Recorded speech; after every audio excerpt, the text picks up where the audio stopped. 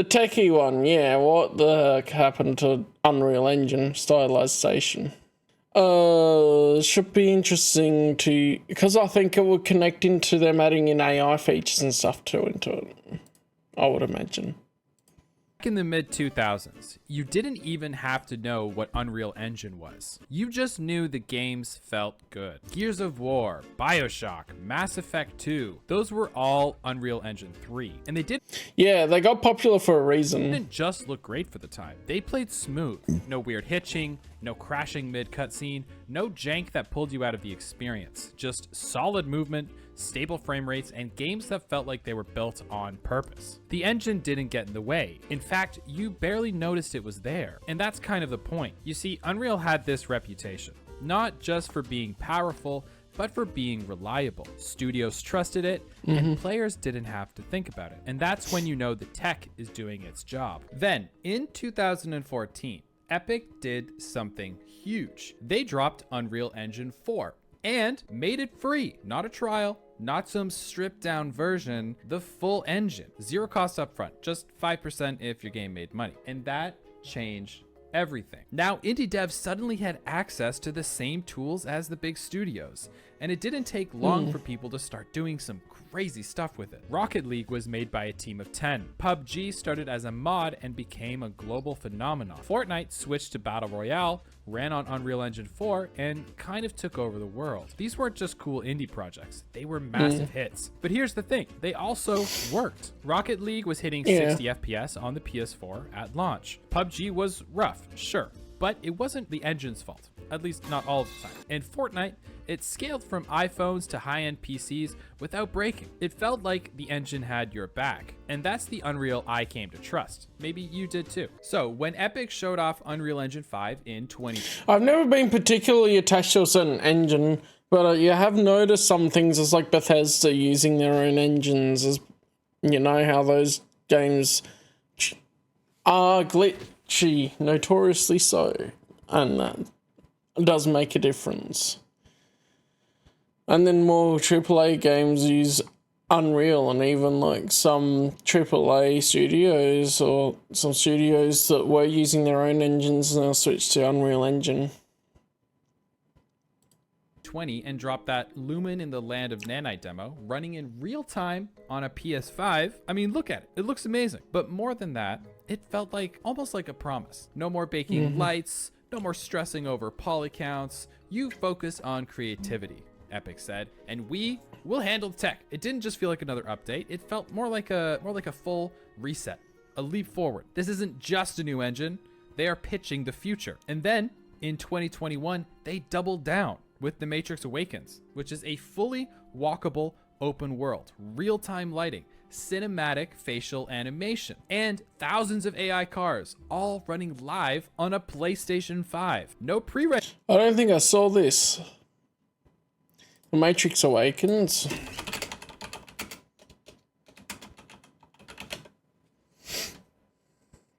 $2021. That's still a while ago. I don't think I even heard about this game.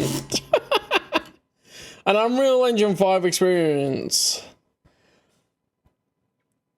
So it was just for PlayStation 5 and Xbox of the time. It was a movie. Oh, it was a marketing tie-in experience, sorry. So I never would have been able to play it. Why wouldn't they do it on PC as well? That's weird. What they need to do is port the controls. Because I've got Xbox and PlayStation 5 there. Anyway, I don't have either of those. I do have an Xbox 360 now, if you missed that one, lock on. Because the one sorts of games that you can't emulate are Connect games. So we're going to play Sales Connect at one point. I still need to order the games, but yeah. It'll be an interesting journey. No smoke and mirrors. It looked like the real deal. And for a second, it felt like everyone believed again. We were all excited about it. We couldn't wait to see what the next thing that Epic was going to do. That one. Survival Ascended, Jedi Survivor, Lords of the Fallen, The Day Before. And yeah, they looked amazing. but something felt off. The stutters, the shaders compiling mid-boss fight, the traversal hitching, it was all back. Only now it was happening in $70 games. Instead of feeling next gen, the engine felt like it was barely holding things together. So I started digging. I went back through the tech talks, post-mortems, patch notes, anything I could find that might explain the disconnect between the promise and the reality. And what I found was complicated, because it's not just that UE5 is hard to use, and it's not just that studios are doing it wrong. There are some real technical leaps here, and real issues too. Some people say Unreal Engine 5 is ahead of its time. Others say it's actively ruining games.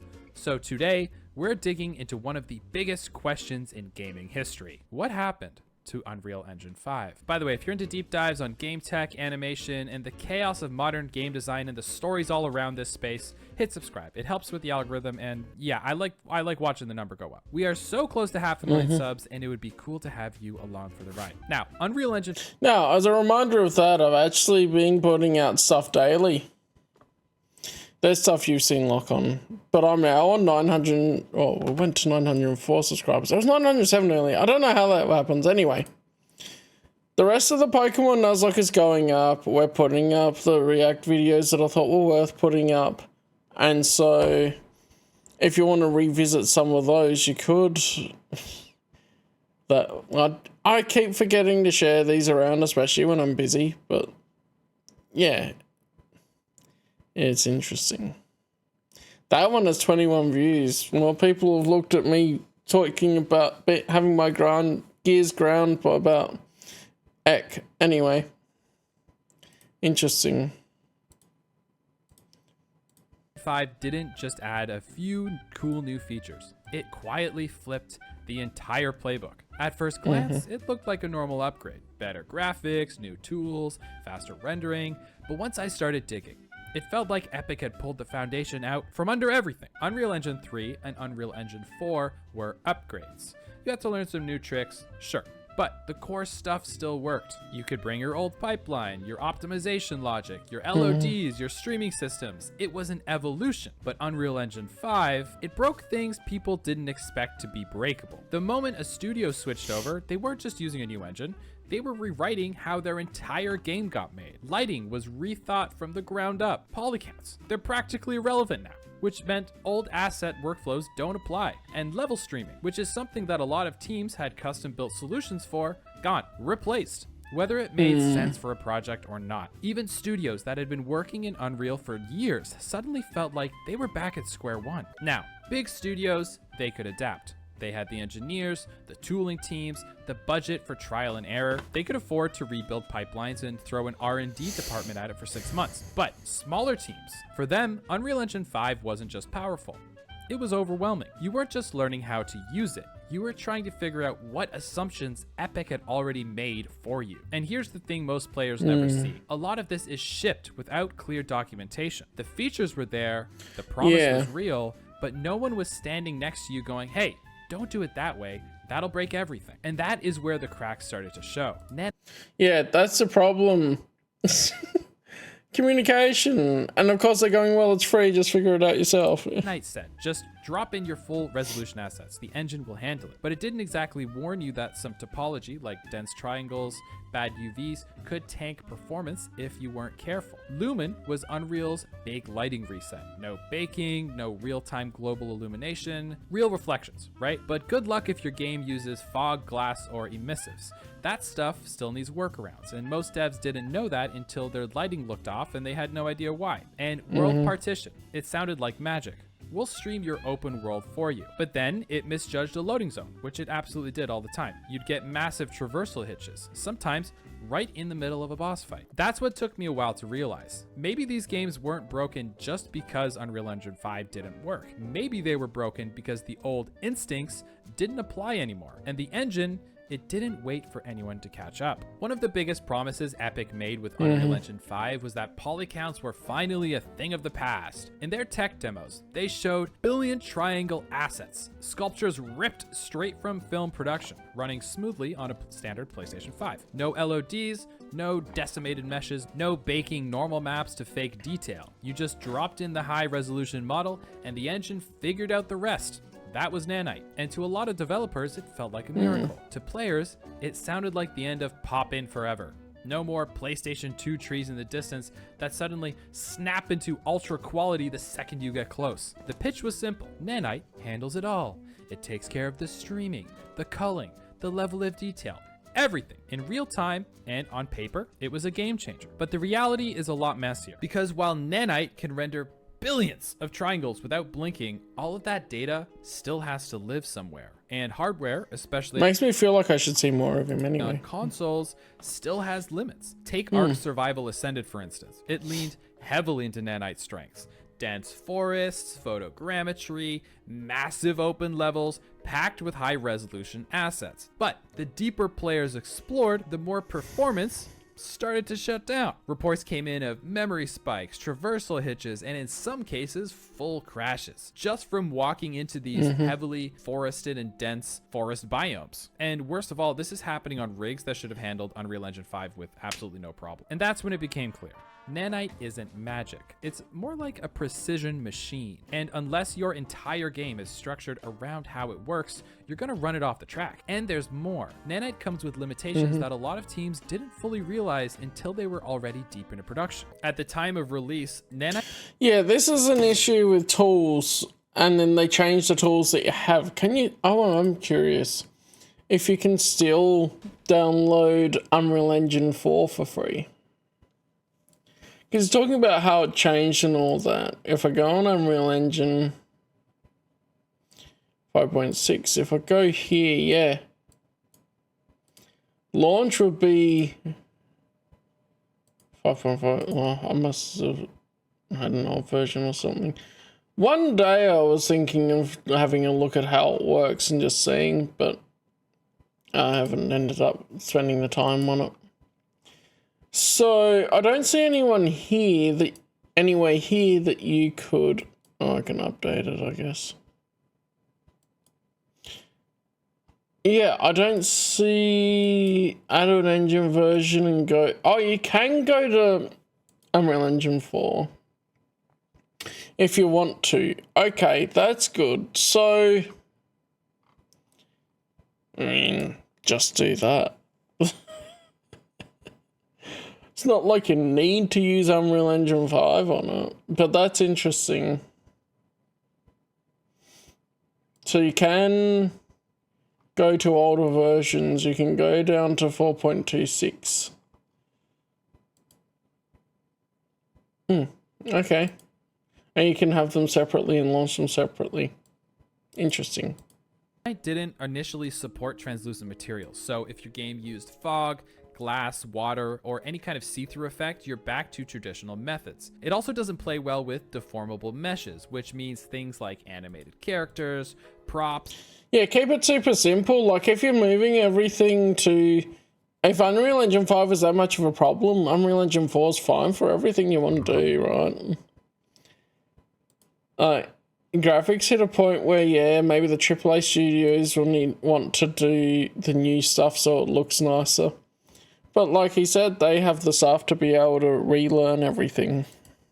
And facial rigs still have to follow the old rules. Hair, foliage, cloth, same story. Not supported native. And even though it handles geometry beautifully, its streaming system can still hammer performance if you're not careful about how you structure your world. So instead of simplifying production, a lot of teams found themselves juggling two completely separate pipelines. One for Nanite, and one for everything Nanite couldn't touch. Suddenly, that dream of just drop in your high-res model started collapsing into bug reports, performance tickets, and long nights of trying to figure out why your level was stuttering every time someone walked past a tree. A developer on Reddit summed it up perfectly. Nanite is powerful, but if you're not rebuilding your pipeline around it, it's more of a liability than an upgrade. And that's exactly what happened to a lot of teams, especially... Well, they should have had an option in Unreal Engine 5 to use the old system instead of Nanite, since it's a transition period. Smaller and mid-sized solutions that didn't have the time or resources to reinvent their asset workflows from scratch. So they did what made sense at the time. They upgraded to Unreal Engine 5, kept their old methods, and hoped the new tech would smooth it over. But Nanite wasn't forgiving. It expects your pipeline to play by its rules, and if it doesn't, you're gonna feel it. Which is why Ark Survival Ascended, a remaster of a game from 2015, launched with worse performance than the original. The assets clearly look a lot better, sure, but the infrastructure beneath them just couldn't carry all the weight. Now, Nanite solved the poly count problem, but in the process, it introduced a new problem: complexity. And most teams didn't realize they were in over their heads until players started stuttering. When Epic first revealed Unreal Engine 5, the thing that really blew me away wasn't the triangles, it was the lighting. Lumen was the headline feature. Real-time global illumination. Dynamic bounce lighting. No more baking shadows, no more weird lighting bugs. You just placed a light in your scene, hit play, and watch the world come alive with reflections, color, soft shadows, the whole package. And the demo they showed, the Matrix Awakens experience, sold that dream perfectly. You walk through a city that seemed to light itself in real time. So that's 4 years ago, for reference, if you didn't click with 2021. Puddles were reflecting buildings. Car windows reflected realistically. There were no cheats, no cube maps, no pre-baked anything. It was Epic's way of saying, you'll never need light maps again. And I'll be honest, at first, it felt like magic, until I started noticing the cracks. Because Lumen is optimized for beauty, but not really for motion. And the moment things started moving fast, that magic kind of breaks. Once I started digging into how it actually works, it made a lot more sense. Lumen fakes real-time lighting using a combination of screen space data and software ray tracing. It's constantly watching what the camera sees and simulating how light would bounce inside that view, which is... That makes a lot of sense why now we're starting to get games that rely on ray tracing. So if you have an older graphics card, you wouldn't be able to play the game because it needs ray tracing. Is really clever, but also really fragile. To hold it all together, it leans heavily on something called Alan Wake 2, actually good example. Which engine did it use? It still uses its own engine, notably. They use an Northlight engine. I am all for them continuing to develop their own engines, because you need some that are not Unreal Engines, so everything looks the same all the time. But it's interesting because Control ran fine, but Alan Wake 2 had issues. I don't know how they would fix that. You could turn ray tracing off in Alan Wake 2 from memory. I think I had it off for the performance when I was playing. But in the graphic settings in something like Doom the Dark Ages, as an example of one I've seen, you cannot turn ray tracing off. So you wouldn't be able to play it on a graphics card that doesn't have ray tracing. I'm pretty sure in Alan Wake 2 you could still turn the ray tracing off. You managed to play it on your computer. I don't know how old it is exactly as far as the graphics card having ray tracing, but there you are. Gerald.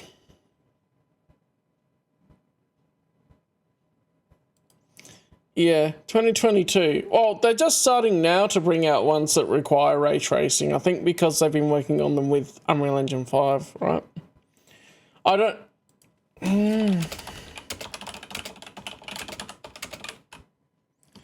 I wonder if we can see.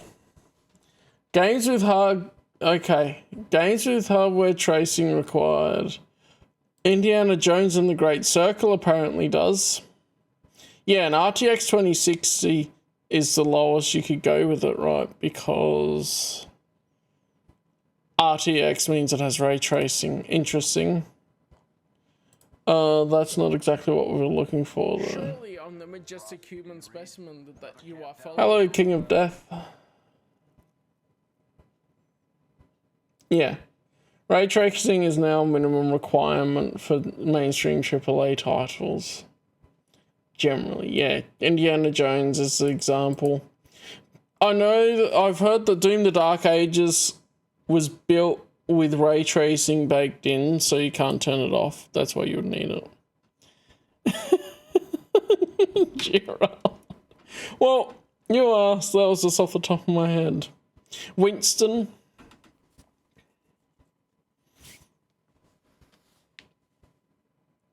Robert. Not Rob, not Bob, Robert. Called TAA, or temporal anti-aliasing. And if you've ever noticed modern games that look like a little smeared, like someone smeared Vaseline on the screen, that's normally TAA trying to blend lighting across frames to hide the seams. Now, it looks great when you're standing still, but the second the camera moves, especially in action-heavy games, everything starts to come apart a little bit. You get ghosting trails behind characters, which you've probably seen before, lighting that lags behind explosions for half a second, reflections that like flicker in and out, shadows that feel like they're trying to catch up with the gameplay. Now, Lumen can look incredible, but it really shines in the games that are slow, cinematic, and carefully framed. Games like Hellblade 2, where every camera movement is deliberate and the world is built around its controlled lighting. But if you're building anything fast-paced, like an open-world RPG, a Souls-like, a shooter, Lumen then starts to buckle under the weight of dynamic gameplay. And that's the deeper issue here. Epic built a lighting system that makes games look like movies. But games aren't movies. They move, they react, they break in unexpected ways. And not all games should look like movies as well.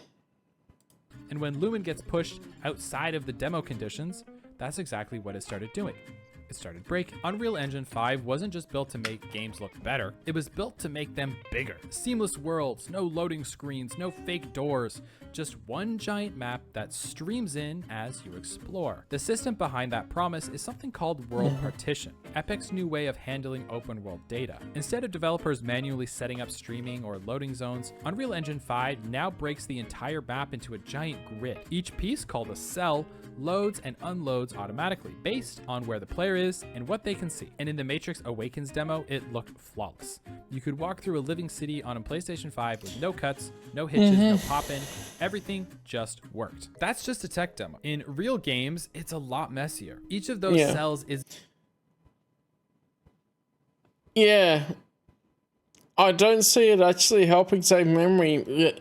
I guess as well they're relying on the specs of the graphics card having more video memory to be able to play with, but that's not how they should be doing it. They should still be trying to save as much as they can. Isn't just geometry, they contain AI, collision, especially with scripting, turning the settings down. Lighting data, nav meshes, audio, everything, absolutely everything. And loading all of that doesn't happen instantly. It runs in the background, which means if a player moves faster than the engine can stream, you get hiccups. You've probably felt it before. You get like a brief pause or like a little bit of pop in, an enemy spawning in like a second too late. That's the problem, pushing the video memory to its maximum is not good for it. Late, like a weird delay right as you enter a new biome. You probably have felt it even if you didn't know what caused it. In Jedi Survivor, traversal stutters were one of the most common complaints. Not during combat, but when it's mainly because then you get stutters. You move between areas, especially early on. It wasn't even a lighting bug, just the engine trying to stream in data fast enough to keep up with the player. Even the day before, for all of its other problems, showed classic signs of streaming stress. Textures popping in late, empty rooms that suddenly snapped into place, terrain failing to load until you got right on top of it. These weren't isolated bugs. They're what happens when I saw a video on how much of a scam the day before was. Streaming system gets overloaded. World partition is powerful, but it's not magic. It works best when a game is built around its expectations. That means carefully controlling player speed. It means designing movement around predictable paths. It means knowing exactly what data is being loaded where and when. And if the planning isn't there, that's when things get a little freaky. Unreal Engine 5 also... So I would hope that you can still use the old system in cases where it's not practical to use the new system. Why not have both options there and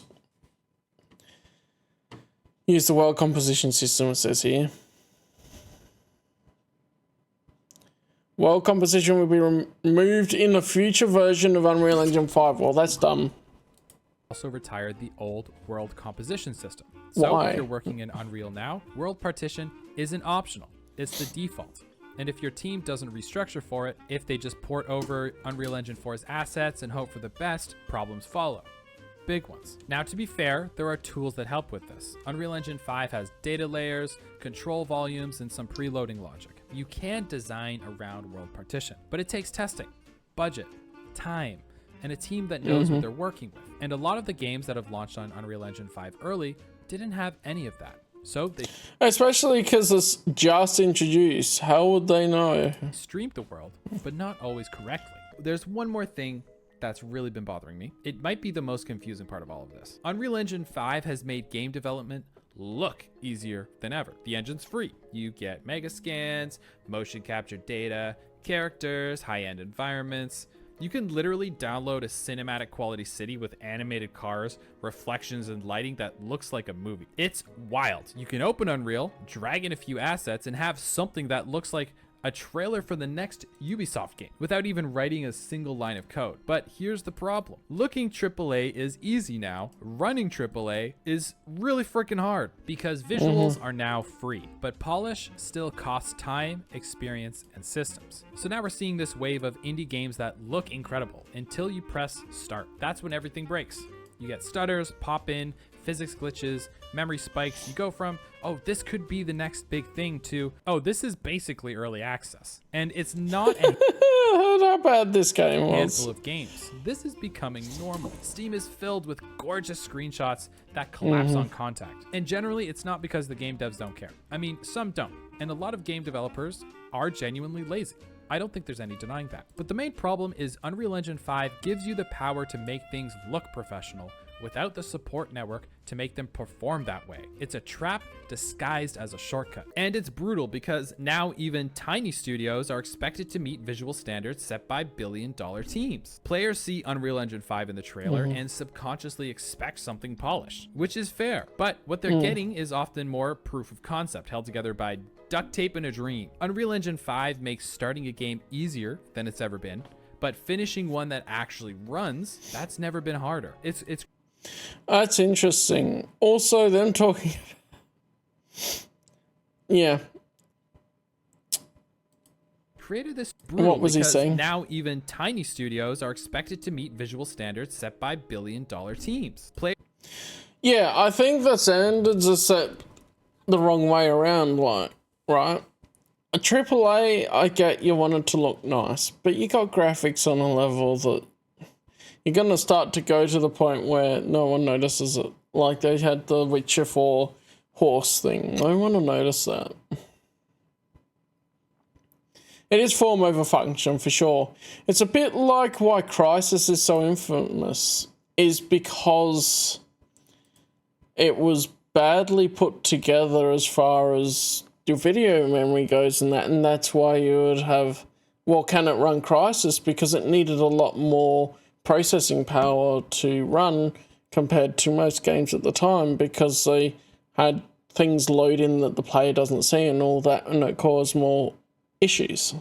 Players see Unreal Engine 5 in the trailer and subconsciously expect something polished, which is fair. But what they're getting is often more proof of concept held together by duct tape and a dream. Unreal Engine 5 makes starting a game easier than it's ever been, but finishing one that actually runs, that's never been harder. It's created this strange pressure loop. Everyone has access to the same tools, but not the same pipelines. And when that gap shows up on screen, it feels like a failure, even when it's just reality. And even if an Unreal Engine 5 game runs fine, there's still this other problem that keeps bothering me. They're all starting to look the same, aren't they? Not ugly, just low effort, like visually interchangeable. The lighting looks good, the environments look polished, but something about it feels like deja vu. I'll watch a trailer on like a brand new RPG and I'll think like, wait, haven't I seen this before? You know what I'm talking about, like the shiny armor, the volumetric fog, mossy rocks. It could be Avowed or Atlas Fallen or that weird Gollum game. They all just blend together. And all of these games use Unreal Engine 5. But the issue isn't the... That's an issue a little bit on the developer parts because they should make them visually different when they're making the games. But still, it is an issue with the engine a bit that it's so easy to make them all look so similar. Engine. At least I don't think so. It's more the lack of identity. Unreal Engine 5 gives you amazing tools out of the box. Lumen, Nanite, virtual shadows, all the post-processing bells and whistles. So naturally, a lot of devs lean into those out-of-the-box settings. Because why wouldn't you? It looks good. But here's the catch. So does every other Unreal Engine 5 game. If you're not deliberately pushing for a unique art style, you end up with a game that feels like it was assembled from the same asset packs as everyone else. Not because you're copying, but because the engine's default look is just that strong and that consistent. Now, there are exceptions. Games that absolutely break the mold. Marvel Rivals, for example, looks incredible. Not because it's ultra realistic, but because it's bold. Bright colors, strong silhouettes, stylized shaders. It feels just fun to look at. Same. And you can tell it has its separate identity from the other things. That's what I notice. More than saying, oh, it looks amazing or whatever, because I haven't seen much of it. It has its own aesthetic. Yeah, that's the thing that stands out. With Hi-Fi Rush, sharp art direction, confident lighting, and a cel-shaded style that knows exactly what it's going for. It's punchy, it's expressive, and it's built in Unreal Engine as well. I feel like these games prove that it's not the engine's fault. Was Hi-Fi Rush Unreal Engine 5? I didn't remember.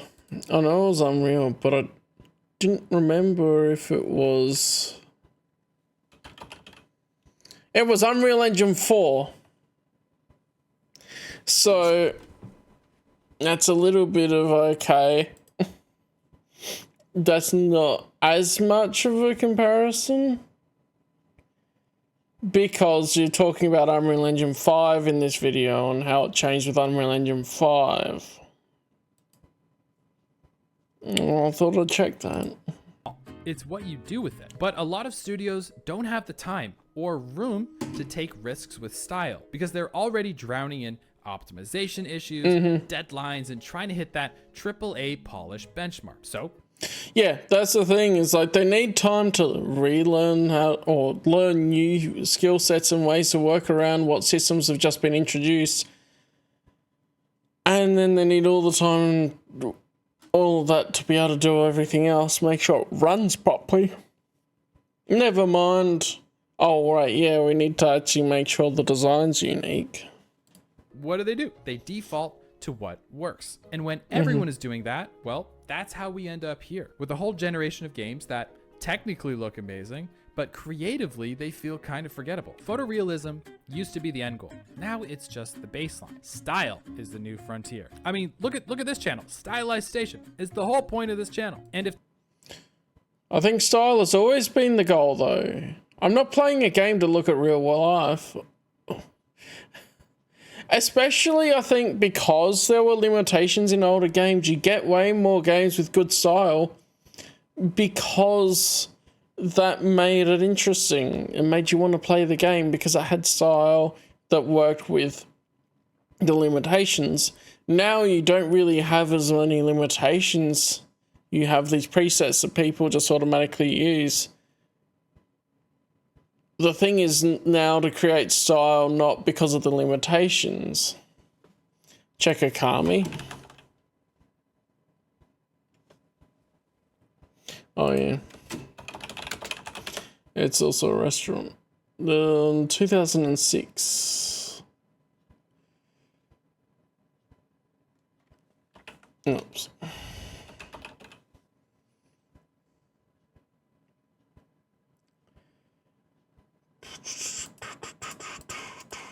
The original Akami.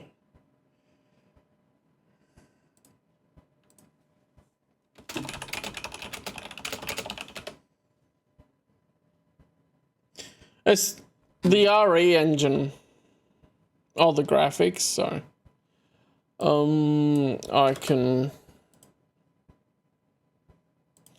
Yeah, I think we looked at the trailer of it before, and very much so stylistic. And that's the same sort of thing of why Borderlands stood out as well, because they had the cel-shaded style with it.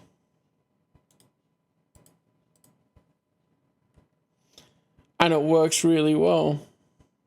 Yeah, Unreal Engine's a tool. So all you need to know is how to use it. And like other graphics and that, as far as I understand it, you can design it whichever way you want it to look.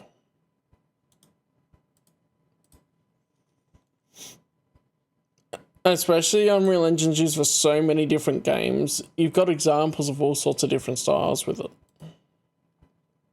It's a good video anyway. Developers don't start investing in strong art direction again. No matter how powerful the engine gets, we're just going to keep ending up in the same place. Games that... You got the bigwigs on top as well now. Entertainment issue all round. That are just like, we want this and we're not going to pay more for you to make it look visually different. look expensive, but don't look like anything. Ultra realism is the default. Every game is technically impressive, but creatively, kind of forgettable. And it's not a hardware issue or a toolset issue. These teams are all using the same features, the same rendering systems, the same assets. So here's what I don't get. Why does Fortnite work so well? Seriously, big name releases have launched with stutters, shader delays, broken lighting, and traversal issues. And meanwhile, Fortnite updating every week and running smooth across every platform, even mobile. Epic Games is really invested in Fortnite, so they're gonna give all the people the advice and they're updating it. And it's not ducking the new tech. Fortnite runs on nanite.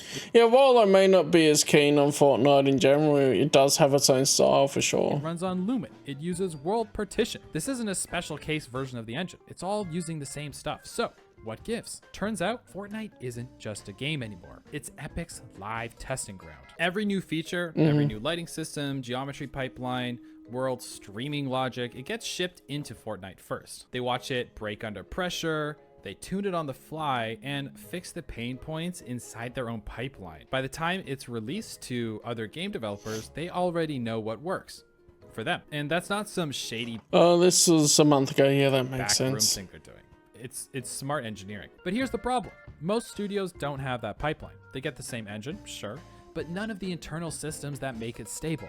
No custom tools, no real-time feedback loop, no Epic engineers on speed dial, just a changelog and maybe a tech talk 6 months later. So you've got devs trying to use the most advanced game engine ever made. Without the context, that makes it usable. And that's where... And Epic's really invested in Fortnite, so they're gonna make sure it works for that, because that make their money off of it. It's the same story with the Matrix Awakens demo or Hellblade 2. These projects looked flawless, but they were built by Epic or Epic adjacent teams. They had the support, they had the documentation, they had the deep integration that most teams don't. These dev teams adopt Unreal Engine, hoping to get these visuals, these workflows, but essentially a lot of them just end up flying blind. And when things break, they're left guessing. So now, when I see the Unreal Engine 5 logo pop up in a trailer, I don't just assume it's a good thing. I ask, is this an Epic tier production, or is this a studio trying to wrestle with a system that wasn't built for them? But look, this isn't some villain story. Epic isn't sabotaging anyone.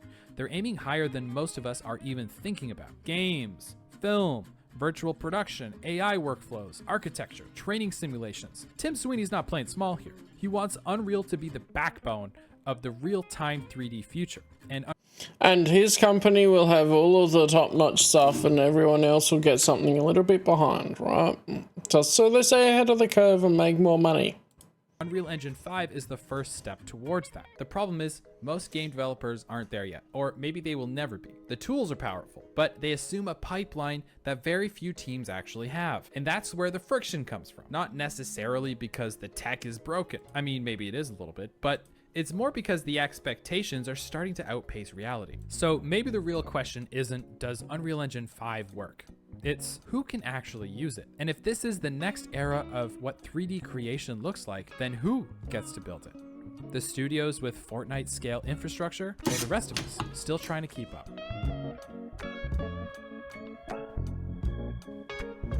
Yeah. Make a game with whatever engine suits the game you want to make.